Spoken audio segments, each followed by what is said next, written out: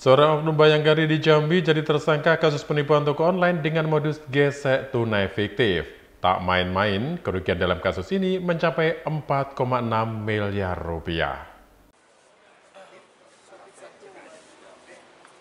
Seorang oknum bayangkari berinisial WW 26 tahun diamankan Direktorat Reserse Kriminal Umum Polda Jambi. Ibu muda ini harus berurusan dengan polisi lantaran diduga melakukan penipuan skema ponzi dengan modus gesek tunai fiktif atau gestun di toko online fiktif. Kasus dugaan penipuan ini telah dilakukan tersangka sejak September 2024 lalu dengan kerugian mencapai 4,6 miliar rupiah. Dalam aksinya, tersangka menawarkan jasa gestun toko online Shopee fiktif, di mana ia meminta para korban atau member di bawahnya untuk membeli barang yang sebetulnya tidak ada. Selain itu, para korban juga dijanjikan diberi keuntungan sebesar 30%. Sementara dana yang cari ke toko dipotong sebesar 15% dan sisanya diberikan kepada tersangka. Percaya dengan janji tersebut, para korban diminta untuk memberikan dana talangan dengan iming-iming bunga mencapai 47%. Tapi, bukannya untung yang didapat, justru uang mereka raib. Lewat keterangan yang disampaikan pada Selasa 11 Februari 2025, Kombes Pol Nanang Sobeti di Treskrimum Polda Jambi mengatakan bahwa dalam kasus ini jumlah korban yang telah melapor ke pihak kepolisian mencapai 32 orang.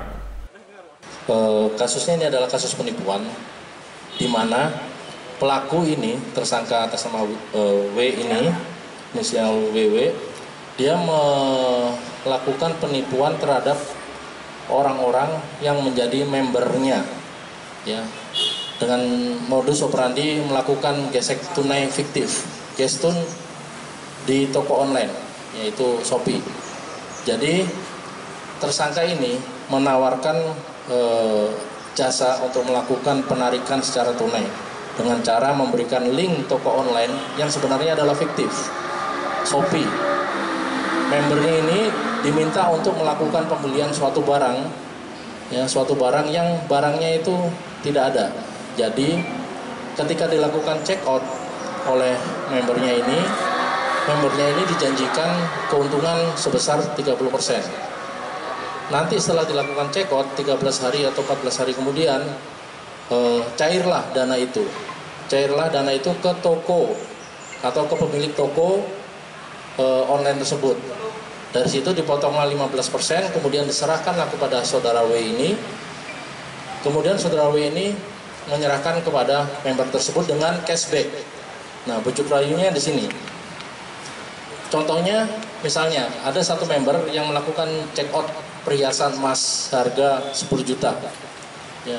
Nanti yang akan diterima oleh korban ini, member ini, adalah uang sebesar 13 juta.